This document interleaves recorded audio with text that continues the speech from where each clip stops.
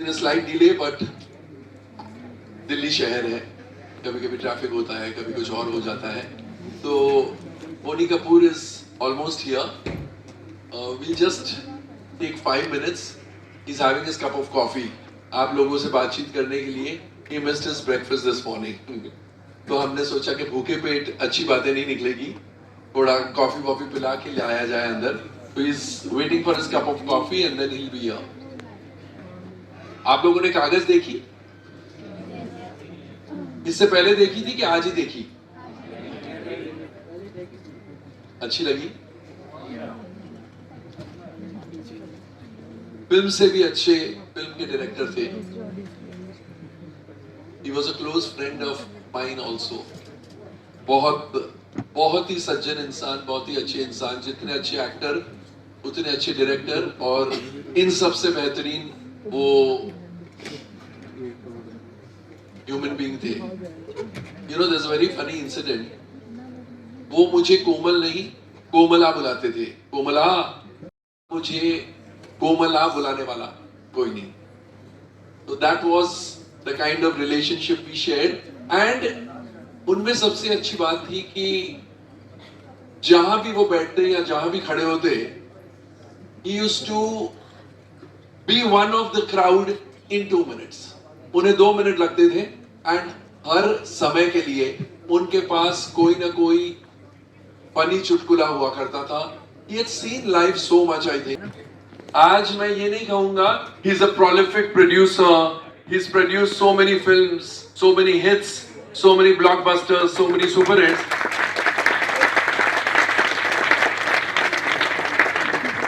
पर मैं ये कहूंगा, क्योंकि हम बात करने वाले हैं इनके अजीज दोस्त सतीश कौशिक जी के बारे में, मैं ये कहूंगा, एक चीज भूल गए, ब्लॉकबस्टर सुपरहिट तो दिए, कुछ फ्लॉप्स भी दिए.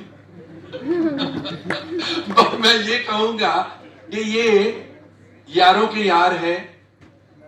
He is a friend of friends and a unique kind of a friend. मेरी भी दोस्ती बोनी कपूर से सालों की है, और यस और झगड़ा भी हुआ है हमारा. But let me tell you, हर झगड़े के बाद हमारी दोस्ती शायद थोड़ी और ज्यादा गहरी हो जाती है. जब झगड़ा होता है तो आई थिंक ही सेज इससे बात करना भी पाप है.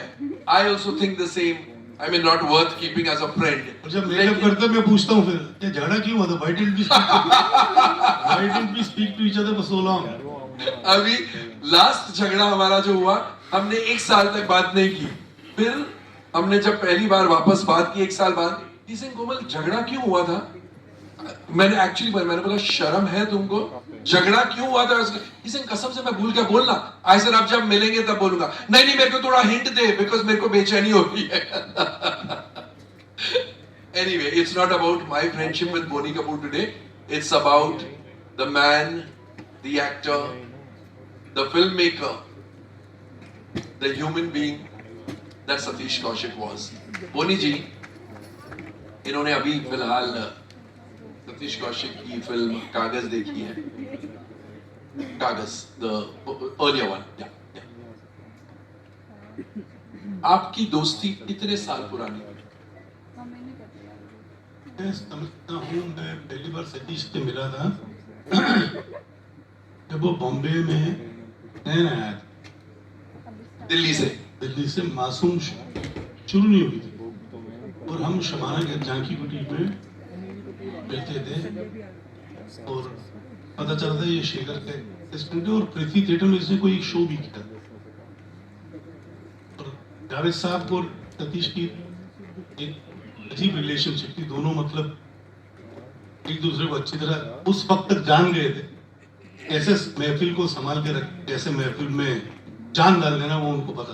तो Satish was a very humorous guy, and Javed Saab also, you know, has got a fantastic sense of humor.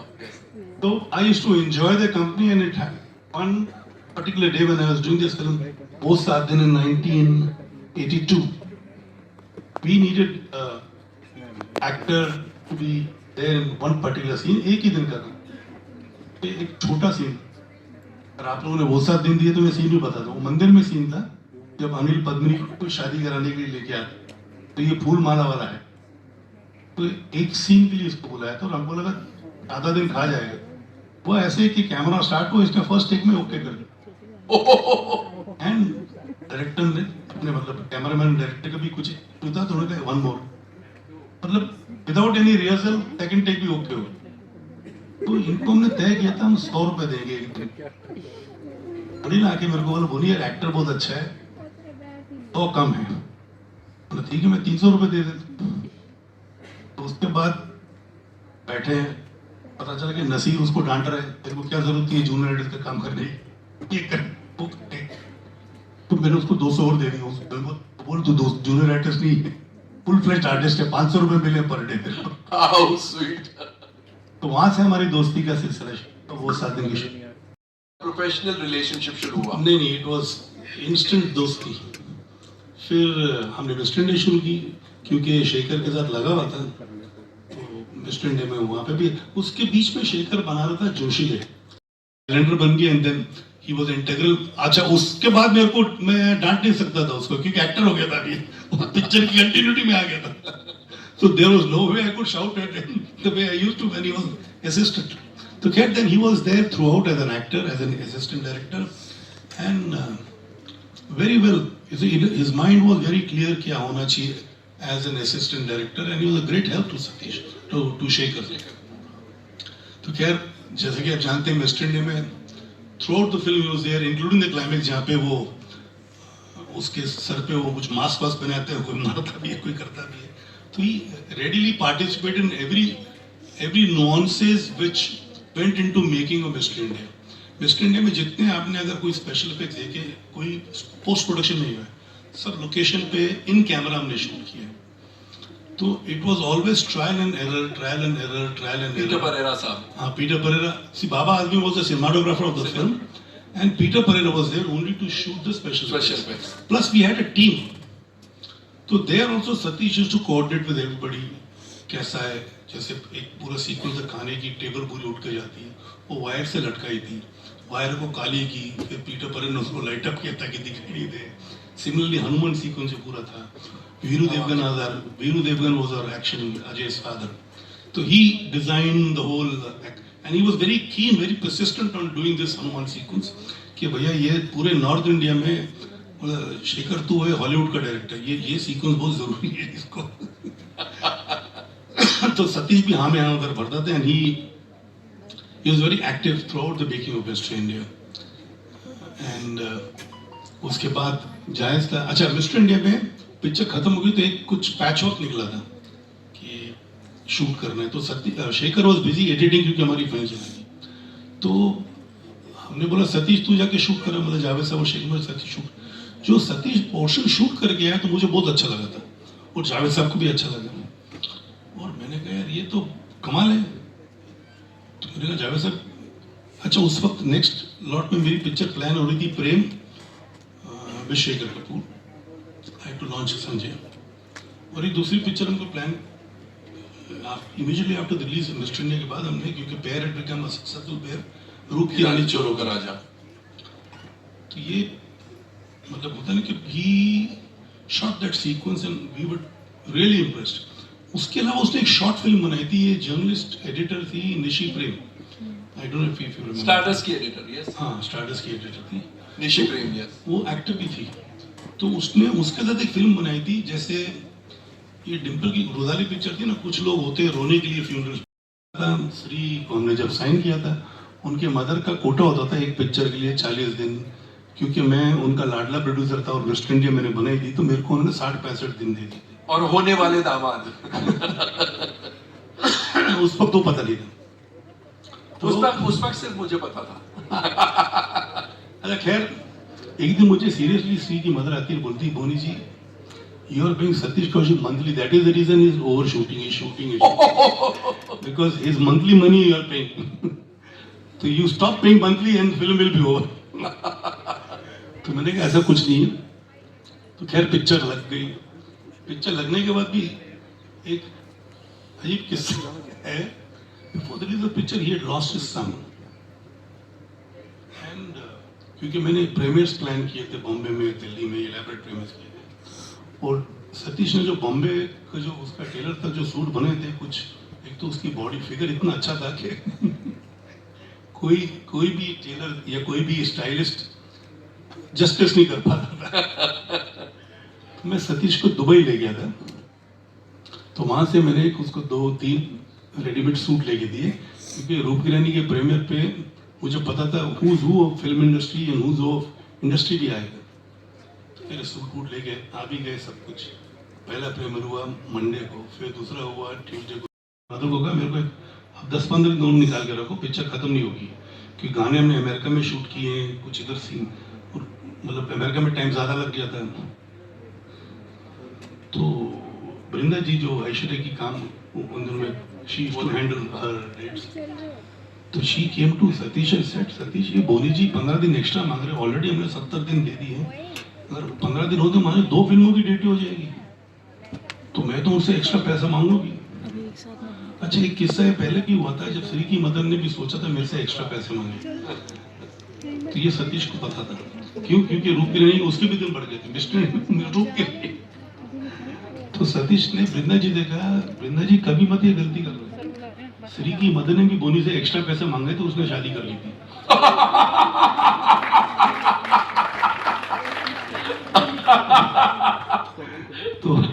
तो यार बाप रे बाप रे जी,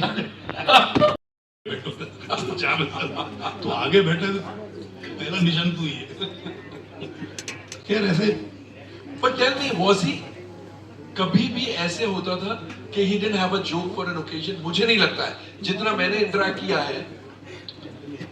well you see as I said basically he had this humor in his bloodstream, so ऐसा कभी नहीं हुआ कि he was without or falling short of anecdotes or any episode, whether it was from his life, mostly हो गए थे, yes. अच्छा बीच में शो का है कि मैं बाल निकाल के विग भी लगा ली थी, तो he experimented on his personality quite a lot and he experimented quite a lot on his health also, but sometimes things don't I mean they don't go right at the same time, you know, since every North Indian is fond of food, he belonged to Delhi, तो भैया वैसे भी इधर के लोगों को खाने पीने का शौक होता है, और जो बदकिस्मती या खुशकिस्मती से जिसके साथ बॉम्बे में दोस्ती थी उसकी, जैसे हमारे घर पे या जावेद साहब के घर पे सब खाते पीते लोग थे, सब खाते पीते कि एक्स्ट्रा खाते पीते लोग, तो उसका वजन कभी कम नहीं हुआ उसमें बीच में। But he never threw his weight around. He was so easy. या तो होता नहीं, उसका अगर वेट कम हुए 2 महीने तक खुश हो जाता था, कम हो गए कम हो गए कम हो गए, उसके बाद दोबारा रेगुलर खाना शुरू कर देता था। तो this is almost like you know बड़े papa ji, that is Prithviraj Kapoor ji, even he had weight issues. Again this not connected with Satish, but एक किस्सा सुनाता हूँ जो सतीश भी ऐसे ही करता था। तो while he was on diet as per doctor's orders, तो पहले डाइट खाना, बॉइल्ड ग्रिल खाना खा लेते थे। तो मिसेज चाय ji used to be happy that he has had his dieting food, then she used to retire to her room and then used to call us, diet का खाना खा लिया, अभी मेरा खाना लेके असली खाना। तो सतीश का भी ऐसा था, तो वो अपने घर से डैड का खाना खा के आता था, मेरे घर आता था, खाना देख के वो दिल ललचाता था, वो नहीं थोड़ा मैं खा लेता, मैं चावल और रोटी नहीं खाऊंगा बट चिकन खा लूंगा, ये खा लूंगा, पर यार ये चावल के साथ चिकन करी बहुत अच्छी लगी। This was something which he couldn't avoid, काफी हद तक अवॉइड करता था, बट जब खाना सामने आ जाए, all the time, हाँ। जब खाना सामने आ जाए तो आदमी होता ना कि ललचा जाता, नहीं यार खा ही लूं। और ये सबके साथ होता है, मेरे साथ भी होता है, मतलब I am also supposed to be on a diet, but ये मेरा डाइट ऐसा कि जैसे खाना सामने आए ना तो मैं बोल देता हूँ अपने बॉय को, भैया इतना खाना। Hello Boni sir, my name is Devansh and I am from Shada University, a media student.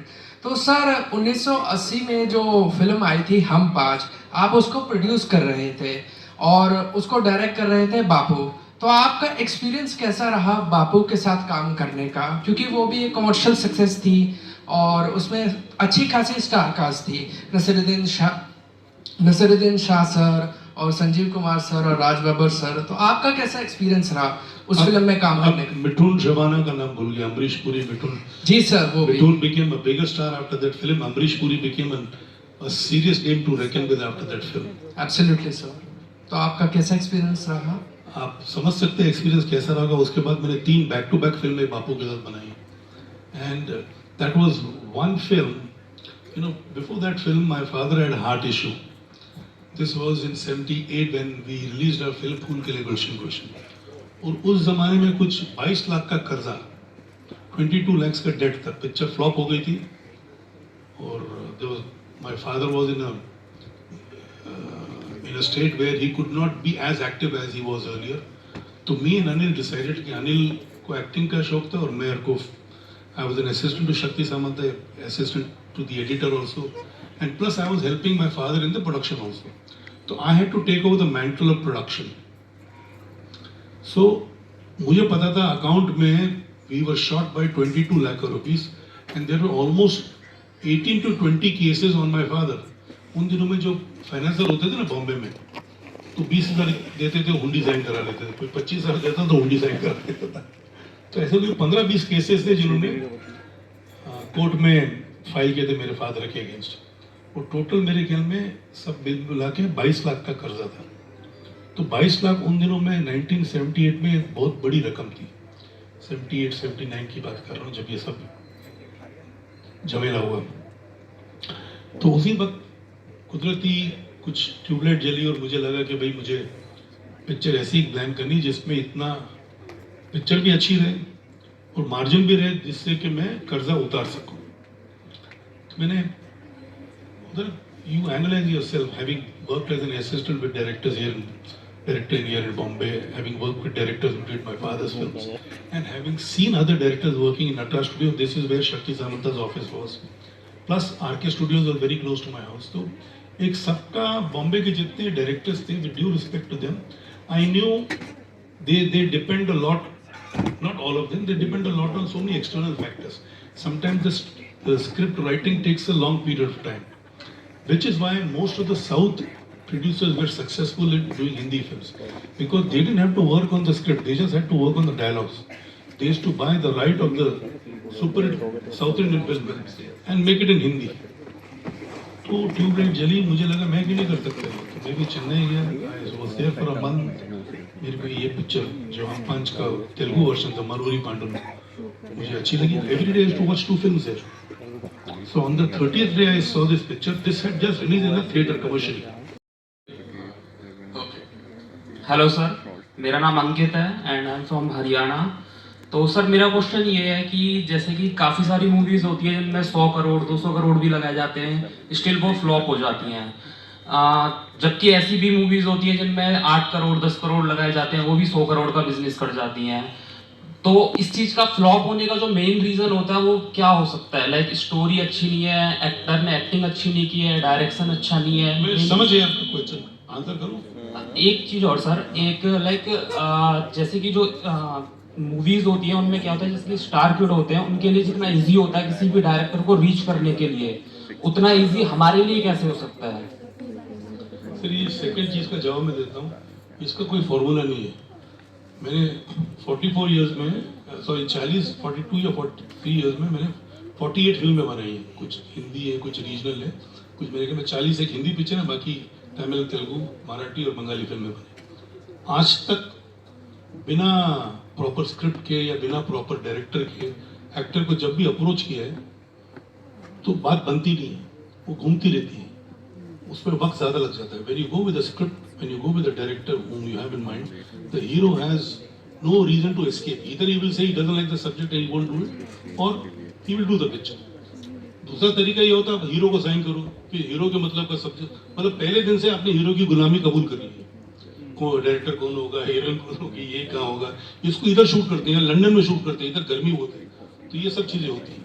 और जो पहला आपका सवाल था उसमें क्या, उसका जवाब मेरे ख्याल में कोमल साहब अच्छा दे सकते हैं. फिल्म 200-300 करोड़ करती है. ये नंबर जो है ना, basically they are not something which you should get convinced about.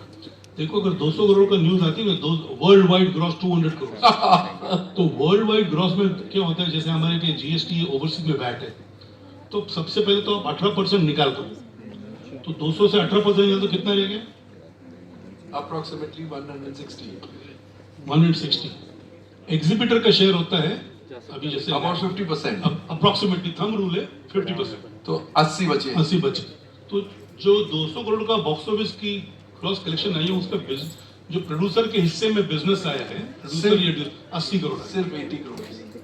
तो ये जो 200 करोड़ का number, it is all fictitious, it is only to camouflage and अपने आप को दिलासा देने, मसाजिंग सेल्फ ईगो।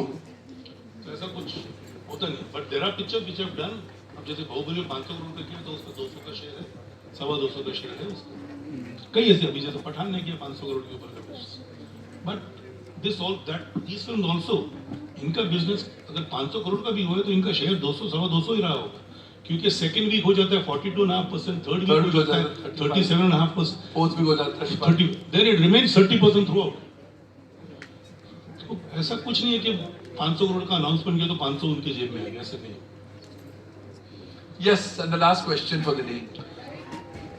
एक से मैं आप बता दूं, आज मतलब एक गलत फहमी हुई थी, मुझे लगा था शाम का सेशन है, तो मैं लेट उठा। वो भी कोमल जी ने मेरे अटेंडेंट को फ़ोन किया कि 1 बजे पहुंचना है। तो कोमल से मैं बात की, मैंने कहा तो मुझे किसी ने बताया नहीं कि 1 बजे पहुंचना है, इस वजह से मैं लेट हुआ हूँ। मैं बिना नाश्ता किए आया हूँ और मैं इनसे नाश्ता मांगा तो इन्होंने मेरे को एक ब्लैक कॉफ़ी दी जिससे भूख मर जाए। तो अभी जितना जल्दी मुझे फारग करोगे उतना जल्दी मेरे को कुछ खाना। Last question. कोमल जी यहाँ से बंगाली मार्केट जाते हैं, आप फ्री हो ना? बहुत दिन हो गए, मैं दिल्ली आया हूँ, बंगाली मार्केट। बिल्कुल बिल्कुल बिल्कुल। हाँ जी, कहिए। गुड आफ्टरनून सर, मेरा नाम आशीष कुमार झा है and I am a media student, I am pursuing journalism. Sir मेरा सवाल वापस आपको मिस्टर इंडिया की तरफ लाने का है कि उसके लिए हम ये जानते हैं कि 1982 में सलीम जावेद हैड स्प्लिट और उसके बाद ये शायद उनकी लेकिन 1982 में किया वो मैं समझा नहीं सर। वो दोनों अलग हो गए थे और उन्होंने साथ में लिखना बंद कर दिया था। उसके बाद शायद ये आखिरी फिल्म है जिसमें उन्होंने एक साथ लिखा है। तो sir can I correct you? See when they split no, कुछ उनके पास 4 या 5 स्क्रिप्ट थे, तो उन्होंने स्क्रिप्ट्स का भी बंटवारा कर दिया था। और जो मिस्टर इंडिया की स्क्रिप्ट उस वक्त तक सिर्फ 65 सीन्स लिखे हुए थे, उसमें विलन का कैरेक्टर था नहीं, तो ये बनते बनते बनाए बाद में। हालांकि नाम सलीम जावेद का गया क्योंकि दोनों ने शुरुआत की। नहीं, नाम शुरुआत की। और see the main thing is the film takes birth only when the idea is accepted. The idea was accepted plus characters were accepted. जो अनिल कपूर का कैरेक्टर था, जो श्रीदेवी का कैरेक्टर था, she was a journalist, bumbling journalist, तो ये सब चीजें उन्होंने साथ में तैयार की थी। बाद में उसको जावेद साहब ने पॉलिश किया, बट क्योंकि सीन उन्होंने साथ में सोचा था, कुछ सीन साथ में बनाए थे, तो जावेद साहब ने जायज समझा कि दोनों का ही नाम आना चाहिए, क्योंकि this they had worked together. जो खाली R&D करती रहती थी, तो जैसे बताया कि हमारा DOP था Baba Azmi for the film and for special effects it was Peter Pereira. तो अलग अलग तरीके हम सोचते थे, एक्सपेरिमेंट करते थे। अब जैसे अनिल सिर्फ लाल में दिखाई देता है, ये क्यों हमने रखा? क्योंकि हीरो गायब हो पूरी पिक्चर से तो हीरो के दिखाई नहीं देगा, तो पब्लिक विल बी डिससैटिस्फाइड। तो भैया ऐसे रखो कि लाल में हीरो दिखाई देता है। इस चीज का अनिल ने फायदा उठाया। जब गाना बना था काटे नहीं कटते ये दिन रात, ये गाना याद है आपको? वो गाना था कि Shri singing with mister India, romancing with mister India. तो अनिल ने बोला मेरा होना बहुत जरूरी है इसमें, इतना सुपरहिट गाना और मैं नहीं हूँ, और किशोर कुमार की आवाज में गाना गाया तो आदमी कोई दिखाई नहीं देगा। ऐसा तो मिस्टर, हमने सोचा ऐसा था कि गाना इनविजिबल मैन के साथ गा रही है, ये तो नहीं, मेरे को भी रहना है इसमें। तो हमने एक अलग सेट लगाया था जो जिसपे ग्लास लाल रंग के लगाए थे ताकि अनिल भी दिखाई दे उसमें। तो ये सब चीजें लास्ट मिनट R&D इम्प्रोवाइजेशंस चलते रहते हैं। Hello sir, I'm Megha. I'm a media entertainment lawyer. So while we were talking about how you signed the rights of a film on a paper in a hotel lobby, so I just wanted to know that since you've been in the industry through decades, 4 decades, how do you 5 decades. 5 decades, I'm so sorry. So yeah, how do you feel about the change? I mean, from a time when there was barely any paperwork to now where I think every second step requires one. What do you feel about the change you see? Let me correct you. In the good old days, there were very few instances where there was barely any paperwork. There never used to be paperwork. If you ask me for my earlier films, I still don't have agreements of main actors. Absolutely. And not just me, many producers won't have. Because एक बार जबान दे दी Exactly. तो ये paper work अब शुरू है क्योंकि studio culture आ गया है and people running the studios are not necessarily from film industry. And they want to protect their company, तो ये सब प्रोसेस अब जाके शुरू है। Plus the game has changed, IPL has a lot of value. पहले किसी को कोई समझ नहीं थी आईपीएल की क्या है क्या नहीं है, कोई फिल्म बना दी, चल गई नहीं चली, फ्लॉप हो गई, भूल जाओ जी। तो ये होता था, अब हर चीज की वैल्यू है।